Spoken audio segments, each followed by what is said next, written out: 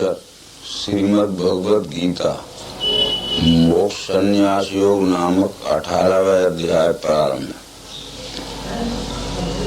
अर्जुन पूछता है, त्याग संन्यास दोनों का भेद है जानना मुझे, भिन्न भिन्न महाबाहु ऋषिकेश कहो उसे।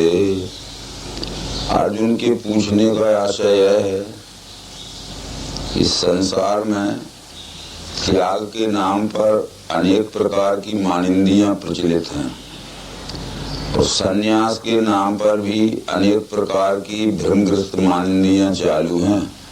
कोई घर द्वार छोड़ने को संन्यास कहते हैं, कोई सिर घुटाने को, कमंडल लेने को संन्यास कहते हैं। तो ये त्याग और संन्यास का भेद क्या है, इसको पृथक पृथक करके मुझे समझा दीजिए। भगवान श्री कृष्ण ने जो उत्तर दिया, भगवान उवाच, पंडित काम्य कर्मों का त्याग संन्यास है, कहें त्यागना फल कर्मों का, कहें विद्वान त्याग हो। इसमें अनेक विचारवादियों के अनेक मत हैं। कुछ विद्वान लोग सकाम कर्मों को त्याग देना ही संन्यास कहते हैं, लोक हित के निष्काम कर्म करते रहना चाहिए। कुछ पंडित लोग कर्मों का फल त्यागना ही संन्यास है ऐसा कहते हैं। अन्य कोई कहें कर्म दोषी है त्यागना उसे, कोई पंडितियों बोले सत्कर्म त्यागना नहीं।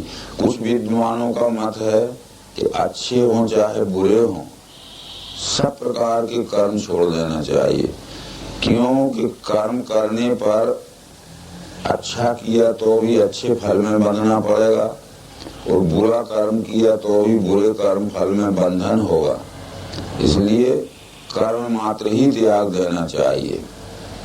और कुछ विद्वानों का मत है कि सत्कर्म जो हैं, जिन्हें हम यज्ञ दान तप कहते हैं, ये नहीं त्यागना चाहिए।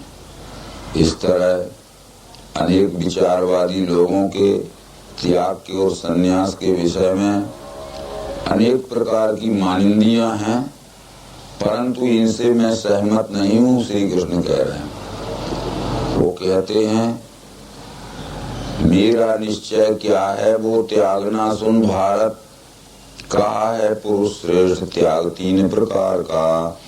ये मेरा निश्चय क्या है इस विषय में, वो संन्यास या त्याग के विषय में।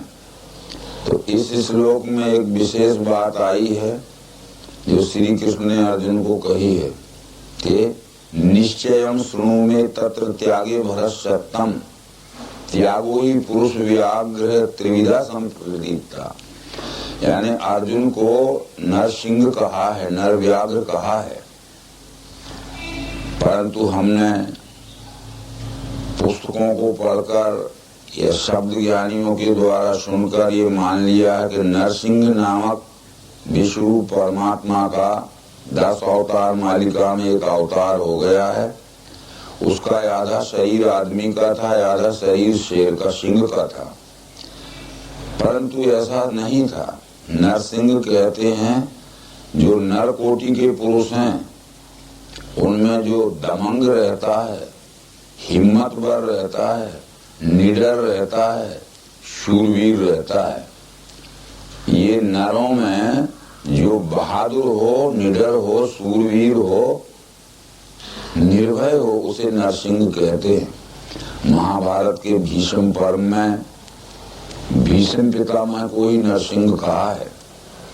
तस्मनि हते महाप्राज्ञे महेश्वासे महाबले, महासत्वे नर व्याघ्रे किम आसीन मनस्ता। जब नरसिंह भीष्म को अर्जुन ने घायल करके रथ से नीचे गिरा दिया तो धृतराष्ट्र पूछता है, संजय तेरी मनस्थिति कैसी हुई। रामायण में भी रामायण के लेखक संत तुलसीदास ने कहा है कि राम लक्ष्मण नरसिंह हैं, पुरुष सिंह 2 वीरवर। तो इससे हम ये भ्रमग्रसित कल्पना मन से निकाल दें कि आदमी के शरीर में आधा शेर का बनावट रहता है और आधा आदमी का बनावट रहता है। तो ये इस चौथे श्लोक का यही आशय था। परंतु आगे श्री कृष्ण जी ये कहते हैं कि इस विषय में मेरा क्या निश्चय है। ये त्याग 3 प्रकार का होता है। परंतु पार्थ ये कर्म फलिच्छा त्याग वृत्ति से कर्तव्य जान के करना मेरा सिद्धांत है ही। यज्ञ दान तप कर्म न त्यागे करता रहे। मुमुक्षु का चित्त शुद्ध करने के यह द्वार हैं। परंतु पार्थ ये कर्म फलिच्छा त्याग वृत्ति से कर्तव्य जान के करना मेरा सिद्धांत है ही। लोकहित के लिए इन कर्मों का व्यवहार होना चाहिए। अब यज्ञ दान तप की जो वैदिक व्याख्या है, जो वेदों में व्याख्या है, उसका थोड़ा सा विचार कर लें। यज्ञ कहते हैं प्राणी मात्र को सुख शांति पहुंचाने के लिए जो भी कर्म किया जाए। जना नाम समूह जनता तत्सुखा ऐव भवति च यज्ञा। दान कहते हैं देने को। हमारे पास कोई वस्तु है, उसे देने का अधिकार हमें है। इसके पहले हम ये जरूर पहचान कर लें कि लेने का अधिकारी कौन है। ये बात भगवत गीता के 17वें अध्याय में श्री कृष्ण जी समझा चुके थे। कर्तव्य जान के पार्थ फलासा भाव त्याग के यथा शास्त्र सुपात्रों को देना वो दान सात्विकी। ये वस्तु मेरे पास है, दान कहते हैं देने को। इस वस्तु को देने का अधिकार मुझे है। इसके पहले मैं ये परख लूं कि लेने का अधिकारी कौन है। यदि लेने के अधिकारी को नहीं मिली, अनाधिकारी कोई वस्तु मिल गई, तो शास्त्र ने ये कहा है कि दातारो नरकम यान्ति, देने वाले को भी अधपतन होता है। इसलिए दान देश काल पात्र को परख के देना चाहिए, नहीं तो दान भी व्यर्थ गया और दान दाता को भी अधपतन का फल भोगना पड़ा। इसके विषय में महाभारत में राजा नृग की एक कथा है। उसने अनाधिकारी को गाय दान दे दी थी। उसे गिरगिट का रूप धारण करके एक अंधकूप में गिरना पड़ा था, यानी यातना भोगना पड़ी थी। तो इस तरह का विचार। तप का अर्थ है जो कल समझाया गया था, अपने अपने स्वकर्म में कुशलता प्राप्त करने के अभ्यास काल को तप कहते हैं। लर्निंग पीरियड को तप कहते हैं। ब्राह्मणस्य तपः ज्ञानम तपः क्षत्रियस्य रक्षणम वैश्यस्तु तपः पोषण तपः शूद्रस्य सेवनम। ज्ञान विज्ञान द्वारा कुशलता पूर्वक प्राणी मात्र को अंधविश्वास से निकालकर सच्चे प्रकाश में लाभ है, इसके अभ्यास काल ये ब्राह्मण का तप है। न्याय रक्षा द्वारा प्राणी मात्र की सुख शांति को कायम रखे, इसका अभ्यास काल क्षत्रिय का तप है। व्यापार के द्वारा आयात निर्यात और प्रोडक्शन करके ये सबको यथा स्थान यथा जरूरत वस्तुएं पहुंचाए और शरीर से सेवा करना कुशलता से सीखने के शूद्र का तप है। इसके सिवाय तप का अन्य अर्थ जो माना है वो अनर्थ ही है। ये यज्ञदान तप जरूर करना चाहिए, परंतु ये पाठ फलिच्छा त्याग वृत्ति से कर्तव्य जान के करना मेरा सिद्धांत है। नहीं रह सकता कोई क्षण भी कर्म के बिना। जीवों से करवाते हैं स्वभाव गुण कर्म। ये एक क्षण भी शरीरधारी कोई भी प्राणी बिना कर्म किए नहीं रह सकता। ये प्रकृति के 17 3 गुण ये शरीरधारियों से काम करवाते हैं।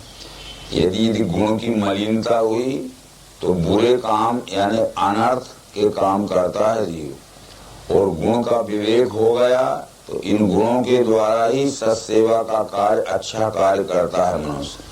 इसलिए आगे वो कहते हैं न द्वेष काम कर्मों में नहीं फंसे निष्काम में त्यागी शत्रुगुणी धीमान छिन्न संशय मुक्त हो। जो लोकहित के लिए सकाम कर्म भी कर्म करे तो उसमें कोई दोष नहीं है। अपने स्वार्थ के लिए निष्काम कर्म भी करे जिसमें लोकहित का समाहित ना हो, समावेश ना हो, तो वो भी कर्म सुखदायी नहीं हो सकता। इसलिए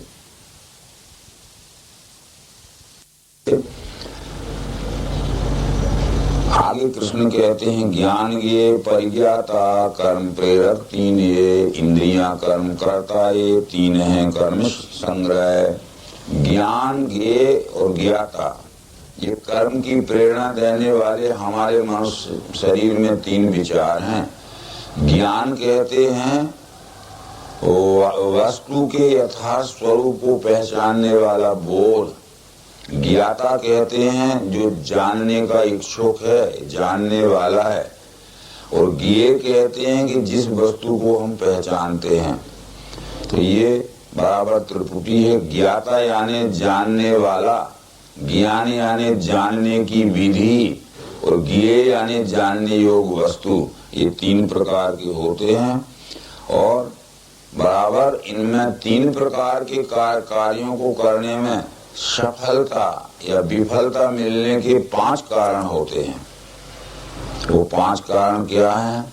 देह और अहंकार, इंद्रियां भिन्न भिन्न बोध, इनकी अनेक चेष्टाएं, दैव कारण 5। ये सब 5 कारण हमारे पास हैं जो सांख्य शास्त्र के मतानुसार यहाँ कहे गए हैं। वो क्या है? हमारे पास शरीर है, अवश्य ये हमारा शरीर है। इनमें इंद्रियां हैं, कान आँख त्वचा जीव नासिका आदि, और हमारी सूक्ष्म इंद्रियां हैं, मन बुद्धि अहंकार आदि। अहंकार इंद्रियां सचेष्ट हैं यानी स्वस्थ हैं, क्रियाशील हैं। फिर भी किसी कार्य में यश मिलने के लिए या विफलता मिलने के लिए 5 कारण होते हैं। उदाहरण इसका दिया जा सकता है तो मान लीजिए एक वस्तु मैंने किसी स्थान पर रख दी और 10 आदमियों को मैंने कहा कि जो इसको पावे वो उठा लेवे। तो शरीर तो सबके पास है, उस वस्तु की प्राप्ति की इच्छा भी सबको है। वहां दौड़ कर जाने के लिए पांव हैं, वस्तु को पकड़ कर उठाने के लिए हाथ हैं, देखने के लिए आंख है। परंतु वह एक वस्तु एक ही साथ 10 व्यक्ति दौड़कर उठाना चाहें तो एक को ही मिलेगी। उसका मतलब ये था कि उसके दैव में यानी उसके पूर्व योग से प्रारब्ध में वह वस्तु प्राप्त होना थी। इसलिए 5वां कारण प्रारब्ध है। हमारे पास शरीर है, इंद्रियां हैं, इंद्रियां सचेष्ट हैं और इच्छा भी है हमारे पास, परंतु जिसके प्रारब्ध में दैव में योग में वो वस्तु रहती उसे मिल सकती है। तो इस तरह से व्यवस्था यह है। फिर जो आत्मा ही कर्म आचरे लखे, ऐसा वो अज्ञानी अंधा है, ज्ञान शून्य है। प्रकृति नियम में ये सुनिश्चित व्यवस्था है। उसका ज्ञान मनुष्य को ना होने से वो वस्तु जब प्राप्त नहीं होती है तो व्यर्थ ही अपने को शोकातुर कर लेता है। ये नहीं जानता कि यह वस्तु दैवी योग से मुझे नहीं मिलना थी। ज्ञान कर्म तथा कर्ता 3 हैं गुण भेद से, सांख्य शास्त्र कहे ऐसा यथा सुन भेदो। इसी प्रकार से गुणानुसार ज्ञान भी 3 प्रकार का होता है, कर्म भी 3 प्रकार का होता है और कर्ता भी 3 प्रकार के होते हैं। 3 प्रकार के ज्ञान को किस तरह हमें अच्छी तरह समझना है इसका थोड़ा विचार करें। जिस ज्ञान से भिन्न भिन्न भूतों में सब एक ही अनासी भाव को देखे वो जानो ज्ञान सात्विकी। सत्वगुणी ज्ञान जिस मनुष्य के पास होगा तो जितनी भी ये चराचर सृष्टि दिख रही है अनंत तत्व और नानात्व के विस्तार में, यह सब एक ही परमात्मा का अखंड स्वरूप है, ऐसा निश्चय सत्वगुणी ज्ञानी को होता है, सत्वगुणी बुद्धिवान को होता है। परंतु जो रजोगुणी ज्ञानी हैं, विक्षिप्त ज्ञानी हैं, अधूरे ज्ञानी हैं, तो वो जो ज्ञान द्वैत को लेके भूतों में सब भिन्न है, अनेक भाव ये देखे वो जानो ज्ञान राजसी। द्वैत को लेके भूतों में सब भिन्न है, अनेक देवी देवताओं को देखता है और किसी एक देवी देवताओं में अपनी पूरी आस्था समर्पित कर देता है, फिर वो दूसरे देवता को नहीं मानता है। तो ये भिन्नता जहाँ देखी जाती है, एकता में जहाँ अनेकता देखी जाती है, वो अनेकता का भ्रम कराने वाला ज्ञान ही रजोगुणी ज्ञान है। पर एक ही मूर्ति काल मर्यादा युक्त वस्तु में संपूर्ण परमात्मा को जो देखता है वो तमोगुणी ज्ञान है। जो ज्ञान एक ही मूर्ति जाने संपूर्ण भजे तत्वार्थ हेतु से हीन अल्पतामसों से कहा। तीन प्रकार के ज्ञान को समझाते समय श्रोताओं को अथवा साधक व्यक्तियों को ये चाहिए कि भगवान श्री कृष्ण के बतलाए हुए सिद्धांत को अच्छी तरह ध्यान में रखें। सत्वगुणी ज्ञानी उसे माना जाता है जो विश्व ही परमात्मा है ऐसा निश्चय जिसके बुद्धि में और ज्ञान में स्थिर हो जाता है। रजोगुणी यानी अधूरा ज्ञानी वह माना जाता है जो अलग अलग स्थानों में परमात्मा देखकर अपनी कल्पना से अलग अलग स्थानों में उसकी मानिंदी युक्त पूजन करता है। और तमोगुणी ज्ञानी उसे कहते हैं कि जो अपने घर में कोने में किसी भी प्रकार की एक मानिंदी करके रख ली और सीमित वस्तु में ही संपूर्ण वस्तु का बोध करता है। तो ये अवश्य भगवत गीता की बात ध्यान में रखना चाहिए। हम गीता को मनन करते हैं, लंबे समय से भी करते हैं, परंतु गीता के सिद्धांत को अवगत नहीं कर पाए। इस कारण से बहुदेववाद में हम फंसे हुए हैं। बहुदेववाद ही मनुष्य के पतन का कारण होता है। इसलिए कृष्ण जी ये बहुदेववाद से छुड़ाकर, अनेक देवी देवत्वों की भावना से छुड़ाकर, जिस विश्व रूप में सब देवी देवताओं का लय है, जो विश्व रूप सब देवी देवताओं का अधिष्ठान है, वही हमारा विश्व रूप अधिष्ठान होना चाहिए। ये कर्म भी तीन प्रकार का होता है, सत्वगुणी कर्म, रजोगुणी कर्म, तमोगुणी कर्म। इसी प्रकार कर्ता भी तीन प्रकार का होता है। यानी विश्व ही परमात्मा है, स्वकर्म द्वारा सच्चाई के साथ सेवा करने वाला ये सत्वगुणी करता है। अनेक प्रकार के देवी देवताओं को किसी भी प्रकार के मनोरथ पूरे हो जाएं, स्वर्ग लोक प्राप्त हो जाए, विपुल धन संपत्ति प्राप्त हो जाए, मेरे परिवार की सुख की वृद्धि हो, इस तरह से जो पूजा पाठ पुरस्चरण आदि करते हैं ये सब रजोगुणी करता है। तमोगुणी करता है अविवेकी होने से उद्देश्यहीन सब कर्म करता है। जैसे कि कल 17वें अध्याय में समझाया था कि हेतु रहित, तत्वार्थ रहित, यानी हेतु क्या है ये भी समझ में नहीं आता। तत्वार्थ का अर्थ है कि वास्तविकता क्या है ये भी समझ में नहीं आता और कर्म करने में लग जाता है, परिणाम को भी नहीं सोचता, परिणाम के विषय में भी अज्ञानी रहता है। ये तीन प्रकार के कर्ता कर्म आदि समझाए। इसके बाद श्री कृष्ण ने ये तीन प्रकार की बुद्धि भी अर्जुन को समझाई। गुणों से तीन हैं भेद बुद्धि के और धैर्य के, सुनवे मैं बताता हूँ भिन्न भिन्न धनंजय। ज्ञान भी तीन प्रकार का होता है तो बुद्धि भी तीन प्रकार की होती है, कर्म भी तीन प्रकार के होते हैं। प्रवृत्ति को निवृत्ति को, कार्य और अकार्य क्या, बंध और मोक्ष को जाने बुद्धि व पार्थ सात्विकी। कौन सा कार्य करने लायक है जिसमें मेरे से सबको सुख शांति मिलेगी, कौन सा कर्म त्यागने लायक है जिसके त्यागने से मेरे सहित सबको सुख शांति मिलेगी। ये प्रवृत्ति निर्वृत्ति का जिसे वास्तविक ज्ञान रहता है, करने और त्यागने योग कार्य का भी जिसे विज्ञान विवेक बुद्धि से रहता है, तो वो सतोगुणी बुद्धि है। पर जिस धी से धर्म धर्म कार्य और अकार्य क्या सत्य जाना नहीं जाता बुद्धि वो पार्थ राजसी।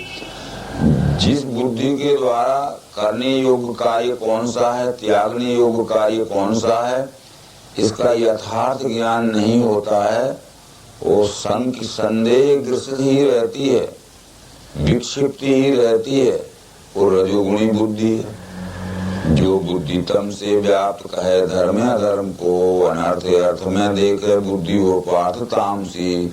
और जो तमोगुणी बुद्धि रहती है अवश्य ही वो अविवेकी बुद्धि, वो ज्ञान विज्ञान रहित बुद्धि से ये अनुभव आता है सत्य को झूठा और झूठे को सत्य मानती है। सर्वार्थान विपरीतांश बुद्धि सपार्थांसी। इसका एक उदाहरण दिया जा सकता है। वर्तमान युग जिसमें हम बैठे हैं इसे कलयुग कहते हैं। कलयुग ये तमोगुण प्रधान युग है। तामस से अधिक रजोगुण थोड़ा, कली प्रभाव व्यापो चहुरा। इसलिए अधिक प्रतिशत लोगों की बुद्धि तमोगुण प्रधान है। चाहे उन्हें अनेक भाषाओं का व्याकरण युक्त ज्ञान क्यों न हो, चाहे वो कितने ही अपने को प्रवचन कुशल क्यों न समझते हो, पर जब तक बुद्धि में ये विज्ञान का प्रकाश न होगा तब तक ये भाषा कौशल और व्याकरण प्रावण्य बुद्धि भी तमोगुणी ही बुद्धि रहती है, इसका अनर्थी करती है। तो निश्चित है जहाँ गुण को वर्ण माना जाता था वहाँ तमोगुणी बुद्धि वाले जाति को, मनुष्य जाति को वर्ण मानते हैं। सत्वगुण नाम ब्राह्मण का है, रजोगुण नाम क्षत्रिय का है और तमोगुण नाम शूद्र का है और रजतम मिश्रित अवस्था ये वैश्य। हमने जातियों को वर्ण मान लिया। जहाँ विद्वानों को देवता माना जाता है वहाँ हमने पत्थर की प्रतिमाओं को देवता मान लिया। परंतु जहाँ युक्ति को मंत्र माना जाता है वहाँ हम झाड़ा फूकी गंडा तावीज को मंत्र तंत्र मान लेते हैं। इस तरह से बहुत से विचार हैं कि 100% उल्टा आज हो गया है। तो उसको जो वैदिक काल के शब्द हैं उनको बदलना नहीं है। जैसे यहाँ भी आपने देखा होगा मंत्र तंत्र और यंत्र ये वेदों में लिखे हैं। मंत्र कहते हैं युक्ति को, तंत्र कहते हैं प्रयोग को या क्रिया को, और यंत्र कहते हैं जब हमने युक्ति पूर्वक पंच महाभूतों पर पृथ्वी जल अग्नि वायु आकाश पर प्रयोग और परीक्षण किया तो यंत्र बन जाते हैं।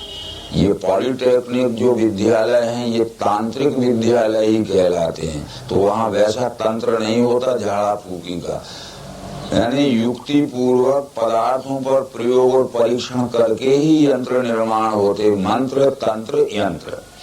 यदि हमें युक्ति भी मालूम है पर प्रयोग और परीक्षण ना करें तो फिर यंत्र नहीं बन सकता। इसलिए वेद काल में मंत्र तंत्र यंत्र का जो अर्थ था, आज मंत्र झाड़ा फूकी है, तंत्र भी ये गंडा तावीज है और यंत्र भी खींचे जाते हैं, उससे लोगों को भ्रमित किया जाता है।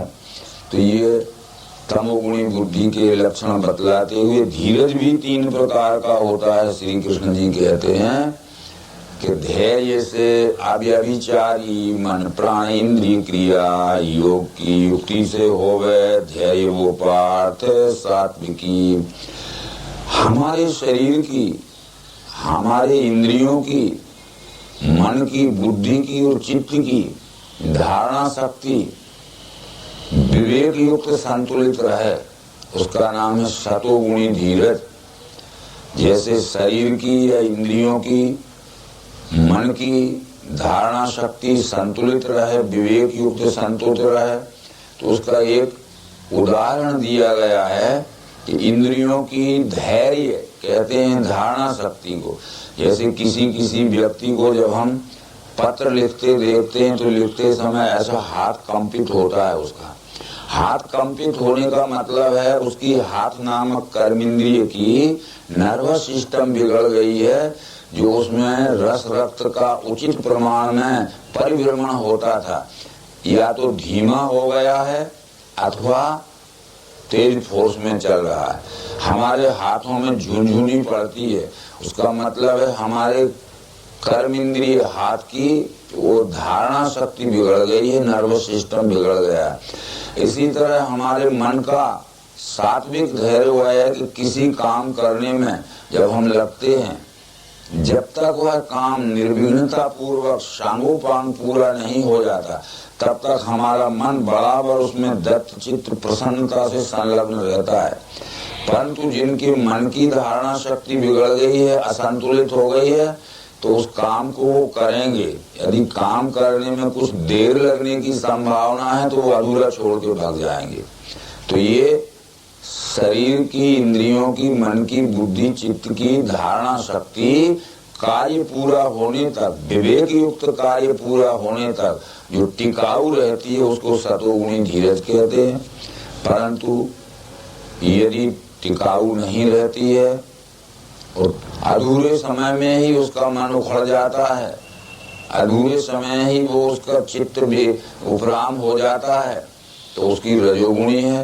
परंतु किसी कार्य को देखकर उस कार्य में कठिनाई कितनी है, उस कठिनाई से घबरा के उस कार्य को वो शुरू ही नहीं करता है, तो उसको धीरज बिल्कुल नहीं है, उसका तमोगुणी धीरज है, क्योंकि वो धीरज रखना ही नहीं चाहता बिना परिश्रम के, और वो कार्य पूरा हो जाए।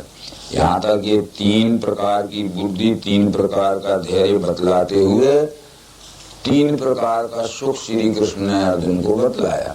सुख का मतलब है जो हम कहते हैं तमोगुणी, रजोगुणी और सत्वगुणी। अधिष्ठान के समय हम ये समझाते हैं कि गुणों की पहचान सुख, दुख और सुख दुख मिलवा, इस प्रकार के व्यवहार से होती है। आदि में कड़ुआ दिखे, होवे मधुर अंत में, आत्मनिश्चय का दाता सुख वो सात्विकी का। यदि करते समय हमें कठिनाई कितनी भी हो, पर जिसका परिणाम सुख होवे वो सतोगुणी सुख है। जैसे हमें मलेरिया बुखार आता है, कुनाइन हम कड़वी दवा खाते हैं, कड़वी दवा खाने में हमें बुरा अनुभव आता है स्वाद का, परंतु हमारा भीषण मलेरिया बुखार चला जाता है तो परिणाम में सुख मिलता है। तो शुरू में यद्यपि वो कड़वा है, परंतु जिसका परिणाम भीषण बुखार निकाल देने के लिए हमारे लिए सुखमय है। तो ऐसा शुरू में कठिनाई हो पर जिसका परिणाम सुख हो वो सतोगुणी सुख है। पर विषय इंद्रियों से प्राप्त अमृत सम आदि में, अंत में विस्का भाई सुख बोरा इसी का। प्रारंभ में तो सुखदायी दिखे, उपयोग करते समय तो बड़ा हमें अच्छा लगे, सुखदायी लगे, पर परिणाम जिसका बहुत बुरा होवे तो रजोगुणी है।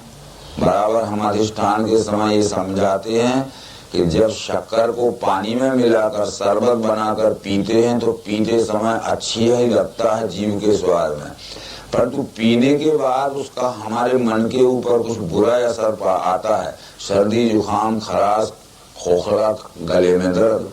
तो उपयोग में जो अच्छा होवे पर परिणाम में जो बुरा होवे उसको रजोगुणी सुख कहते हैं। परंतु प्रारंभ में, अंत में भी चित्त को ब्रह्म जो करे, शुरू से लेकर आखिर तक कठिनाई ही कठिनाई जिसमें हो, हमारे मन को बुरा ही बुरा अनुभव आवे, वो कहने मात्र के लिए सुख है, परंतु वो दुखी है। सुख की इच्छा से तो हमने कर्म किया है, पर करते समय भी कठिनाई और परिणाम में भी कठिनाई, बुरा परिणाम मिला तो वो तमोगुणी सुख है। इस तरह से 3 प्रकार के सुख बतलाते हुए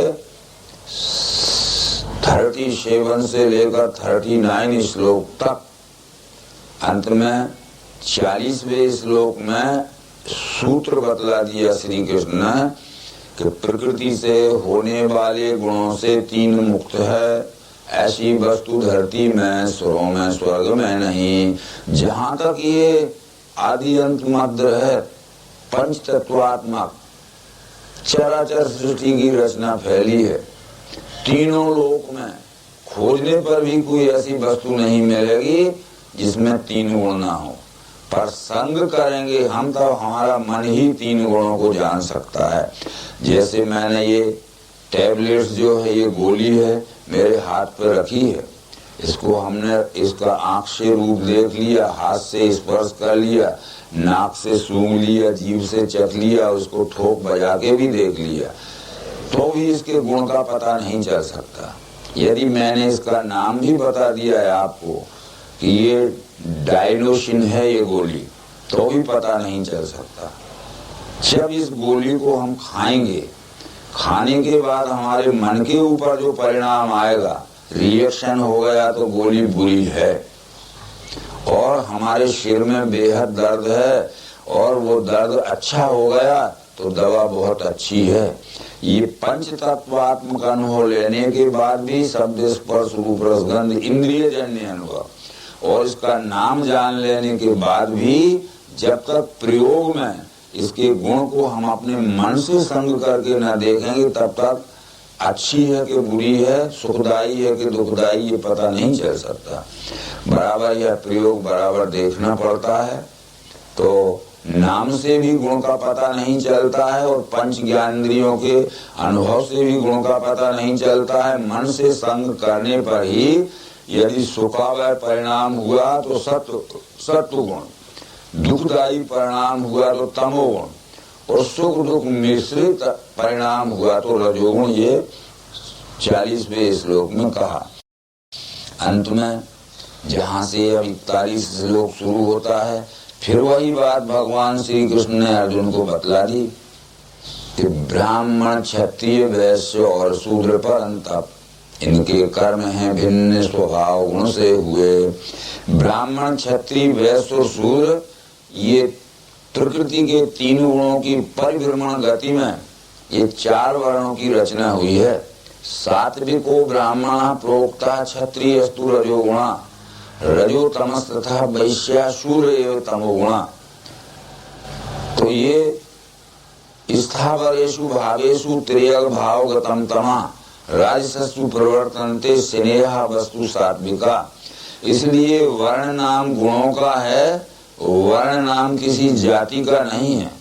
ये जितनी भी चराचर सृष्टि है, चाहे वो जड़ हो चाहे चेतन हो, चारों वर्णों में बटी हुई है। परंतु मनुष्यों के विषय में वर्ण का विचार किया गया है। जैसे झाड़ों में हम देखेंगे तो बबूल एक झाड़ होता है, वो शूद्र वर्ण का झाड़ है। वो बबूल कांटेदार होता है, उसकी लकड़ी किसी इमारत के काम में लगाने को नहीं आती है और उपयोगहीन है, केवल जलाने के काम का है। परंतु जैसे आम है, चीकू है, ये सत्वगुणी झाड़ हैं, इनके उपयोग भी होते हैं लकड़ियों के, इनके फल भी हमें अनेक प्रकार के उपयोग आते हैं और उनमें कांटे वगैरह भी नहीं होते हैं। इसी प्रकार से आम में ही अगर देखें हम तो उसमें आम में ही 4 वर्ण होते हैं। खट्टा आम ये तमोगुणी है, मीठा आम ये सत्वगुणी है, और खट मिट्टा जो रहता है न ज्यादा खट्टा न मीठा वो रजोगुणी है। सारी सृष्टि 4 वर्णों से बनी है। इसलिए जाति नाम वर्ण का नहीं है, गुण कर्म के विभाग का नाम ही वर्ण है। यह फिर कृष्ण जी ने समझा दिया। इसको समझने के लिए एक बात और जरूरी है कि हर एक इस पिंडभूत शरीर में तीनों गुण 100 प्रमाण में रहते हैं। जो प्रधान गुण रहता है वो अर्ध प्रमाण में रहता है। जैसे 50% यदि सत्वगुण है, बीच में 25% रजोगुण है, आखिर में 25% तमोगुण है। यह गुण विभाग जिस पिंड स्वरूप की रचना में जन्म सिद्ध है उसे वर्ण का ब्राह्मण कहते हैं। और जो वर्ण का ब्राह्मण होगा तो कर्म से भी उसकी पहचान होगी। सम दम तप शौच शांति और सुशीलता ज्ञान विज्ञान आस्तिक्य ब्रह्म कर्म स्वभाव सम दम तप, ये 25% उसमें जो तमोगुण रहता है तो सम दम तप का संबंध 25% तमोगुण से है। क्योंकि तप कहते हैं शरीर को नियंत्रण में रखने को, दम कहते हैं इंद्रियों को वश में रखने को, और सम कहते हैं मन को वश में रखने को। यदि हमारा शरीर, हमारी इंद्रियां, हमारा मन सरलता से वश में नहीं होता है तो तमोगुण के सहारे से इनको दमन करके दबा के वश में करना पड़ेगा, सख्त कंट्रोल से वश में करना पड़ेगा। इसलिए सम दम तप जो ये 3 गुण ब्राह्मण में है, ये तमोगुण से संबंध रखते हैं। शांति शौच आर्जव ये जो 3 कर्म हैं, ये रजोगुण से संबंध रखते हैं। रजोगुण कभी शांत नहीं रहता है, परंतु 50% सत्वगुण के पास रजोगुण है, सत्वगुण से शासित है, यानी सत्वगुण के अधीनस्थ, उसके समीप ही 25% रजोगुण है। इसलिए यद्यपि रजोगुण चंचल होता है, पर सत्वगुण के अधीनस्थ रहने से उसकी चंचलता कुटिलता में नहीं जाएगी, उसकी चंचलता सेवा में क्रियता में रहेगी। इसलिए शांति शौच का मतलब है काया वाचा मन से पवित्र रहना, और आर्जव का मतलब है सरल व्यवहार करना। तो मन कभी रजोगुण से मन होता है और रजोगुण कभी सरल व्यवहार नहीं करता है, पर सत्वगुण प्रधान उसके समीपस्थ 25% रजोगुण रहने से, सत्वगुण के आश्रित रहने से रजोगुण वो कुटिल व्यवहार नहीं कर पाएगा, रजोगुण सरल व्यवहार करेगा। इसलिए रजोगुण से संबंध है शांति शौच आर्जव का, पर सत्वगुण से संबंध है ज्ञान विज्ञान आस्तिक का। बस ये ज्ञान बगैर सत्वगुण के नहीं हो सकता, क्योंकि श्री कृष्ण ने भगवत गीता के 14वें अध्याय में ये बात कह दी थी अर्जुन को कि सत्वा संजायते ज्ञानम, यानी सत्वगुण ही ज्ञान प्राप्त कर सकता है, रजोगुण ही लोभ में और स्वार्थ में घूमता है, और तमोगुण ही मूर्खता अज्ञान और प्रमाद में घूमता रहता है। ये सब बातें बतलाई गई थी। ये बराबर 9 कर्म जिसमें स्वाभाविक होते दिखें तो समझ लीजिए कि इसमें 50% सत्वगुण, 25 रजोगुण, 25 तमोगुण है। तब उसको ब्राह्मण उपाधि दी जाती थी वेद काल में। यानी क्या है, वर्ण विभाग, गुण विभाग और कर्म विभाग। कर्म विभाग में जिसमें 9 कर्म हो गए, गुण विभाग जिसमें 50% सत्वगुण, 25 रजोगुण, 25 तमोगुण, तब उसे ब्राह्मण कहा जाता था। आखिर बात तो यही है कि गुण कर्म विभाग से वर्ण होते हैं। शौर्य तेज धृति दक्ष युद्ध से भागना नहीं, दानी ईश्वर का भाव, क्षत्रियों का स्वकर्म है। जो रजोगुण प्रधान वृत्ति के रहते हैं, 50% जिसके पिंडभूत शरीर में जन्मसिद्ध रजोगुण हो, उसके समीप में 25% सत्वगुण हो और आखिर में तमोगुण हो। यानी 50% रजोगुण, बीच में सत्वगुण और आखिर में तमोगुण हो। ऐसा गुण विभाग जिस पिंडभूत शरीर में रहता है, उसमें शौर्य यानी अन्याय का विरोध करने की साहस, तेज यानी आचरण का तप, धृति यानी धारणा शक्ति। क्योंकि धीरती हमारी उस धारणा शक्ति को कहते हैं कि कभी कभी ऐसे प्रसंग आ जाते हैं कि जिनको हम बिना धैर्य रखे उस काम को कर डालते हैं तो काम ही बिगड़ जाता है। इसलिए सत्वगुण समीप रहने से रजोगुण के किसी भी कार्य को उतावली से नहीं करने देता है।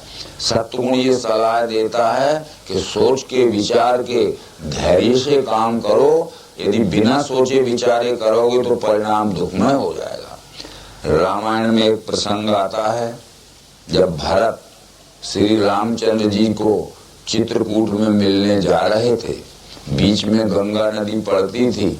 उसके पहले कि श्री रामचंद्र जी की मित्रता गंगा नदी पार करने वाले एक नावड़े से, केवट से हो गई थी, वो मित्र बन गया था। जब केवट ने देखा कि फौज के सहित भरत राम से मिलने जा रहा है, तो उसके मन में ये बात आई कि अगर ये समर्पित और सेवक भाव से मिलने जाते, अच्छे प्रेम से मिलने जाते होते, तो ये फौज लाने की क्या जरूरत थी। ये तो इसलिए जा रहे हैं कि राम को वन में फौज के सहित चढ़ाई करके मार दूंगा और अयोध्या का राज फिर मैं बेफिक्र करूंगा। उसने भी अपनी फौज इकट्ठी कर ली और नदी के सब घाट बंद कर दिए कि एक भी आदमी भरत का फौजी नदी पार न करने पावे। हथियार शंखनाद बाजे आदि बजने लगे, परंतु एक चतुर व्यक्ति ने कहा कि इतने उतावली से युद्ध करने की जरूरत नहीं है, पहले भरत के पास जाओ, वो भेद लो कि किस उद्देश्य से जा रहा है। तो सहसा कर पीछे पछताही, काहीं वेद बुझते बुझ नाही। बिना सोचे विचारे, बिना धीरज से अगर किसी काम को हमने उतावली में कर लिया तो बाद में पश्चाताप ही हमारे हाथ में लगता है। काम तो करना है पर सोच विचार के धीरे से करो। उसमें एक विषय आया था जो बहुत ही साइंटिफिक विषय था। उस वृद्ध ने ये सलाह दी कि कुछ मांस का भोजन ले जाओ, कुछ अनाज का भोजन ले जाओ और कुछ फल वगैरह ले जाओ। यदि भरत मांसाहार की ओर ज्यादा ध्यान देगा तो समझ लेना ये तमोगुणी है, इसको नदी पार मत होने देना। ये यदि पकवान की तरफ ध्यान देगा तो समझ लेना ये रजोगुणी है, ऊपर से तो दिखावा है पर भीतर इसके जरूर कुछ कुटिलता है। परंतु ये फलों की ओर ज्यादा ध्यान देगा तो समझ लेना ये सत्वगुणी है, इसके अंदर बाहर कोई प्रकार का राग द्वेष नहीं है। जब ये 3 प्रकार का भोजन ले गए, मांस यानी तमोगुणी, अन्न यानी रजोगुणी, फ्रूट्स यानी सत्वगुणी। भरत ने पूछा ये किसने भेजी भेंट है? निषाद ने भेजी। तो भरत उस भोजन की तरफ ध्यान ही न देकर रथ से नीचे उतरा और जाके सीधे उसने निषाद राज को अपने गले से लपेट के मिल लिया। तब उस वृद्ध ने कहा कि भरत तो ये गुणातीत पुरुष है, भोजन की ओर ध्यान ही नहीं दिया, ना उसने फ्रूट की ओर ध्यान दिया, ना पकवान की ओर ध्यान दिया, ना मांस की ओर ध्यान दिया। ये तो बिल्कुल समर्पित भक्त है राम का, इससे झगड़ने की बात जरूरत नहीं। तो ये बहुत सी बातें ऐसी बतलाई जाती थी। तो ये शौर्य, तेज, धीरती, धीरज बहुत जरूरी है। ये अभी हम कह चुके कि धैर्य से अव्यभिचारी मन प्राण इंद्रिय क्रिया योग की युक्ति से होवे धैर्य वो पार सात्विकी। ये सत्वगुणी धीरज यानी विज्ञान योग की युक्ति से होना चाहिए। युद्ध से भागना नहीं क्षत्रिय का ये चौथा कर्म है। युद्ध से भागना नहीं, इसका ये मतलब नहीं है कि शत्रु से युद्ध करते समय यदि हथियार छिन जावे तो लात घूंसे से ही लड़ते रहे, नहीं तुरंत भागना चाहिए, फिर अस्त्र शस्त्र लेके और फिर सामने आ जाना चाहिए। यदि दोबारा भी उसके अस्त्र शस्त्र खत्म हो जाएं, छिन जाएं तो फिर भाग जाना चाहिए, परंतु फिर भी अस्त्र शस्त्र लेके आना चाहिए। जब तक युद्ध का परिणाम ना निकल आवे तब तक चाहे वर्षों लग जाएं, परंतु उस युद्ध का पीछा नहीं छोड़ना चाहिए। समझाते हुए ये मोक्ष संन्यास योग नाम का श्रीमद् भगवद गीता का 18वां अध्याय